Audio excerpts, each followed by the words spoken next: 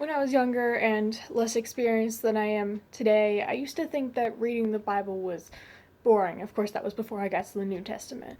But I had this idea in my head that if I read cover to cover, that I would somehow feel accomplished, that I did something with my life. Um, that wasn't a bad idea, but even though I was reading the Bible, I wasn't really understanding God. And even though I read and heard about all these amazing miracles and supernatural circumstances, I didn't really believe it because it seemed too good to be true. Because if God could perform amazing miracles, there's no way that He would pick me. It's kind of like picking sports teams. In gym class during my childhood, usually the teachers would assign teams, but when the students were allowed to pick teams, guess who was the one who was never selected? Me.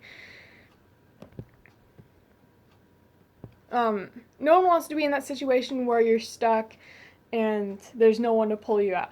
As a family, we need to stick together. Like in Proverbs 27:17, as iron sharpens iron, and one man sharpens another. That's who we're supposed to be. But it doesn't just mean that people will be there for you, it means that you will be there for others. Um, some more biblical proof is in Ecclesiastes 4:10. If one person falls, the other can reach out and help. But someone who falls alone is in real trouble. So if you feel alone, it might be because you haven't met the right people yet. And if you pray, God will show you the people that you are meant to establish a relationship with. And if someone else is feeling alone, don't step aside and wait for someone else to do it. Go up there and introduce yourself, because it might be that best thing that could happen to that person.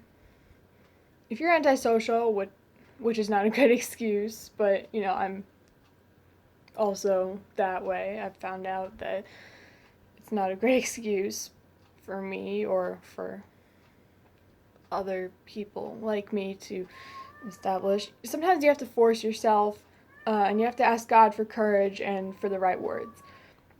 I'm not trying to say that you have to be the best friend or the closest relatives, but the three words, "Are you okay?" are a start. You might just save a soul.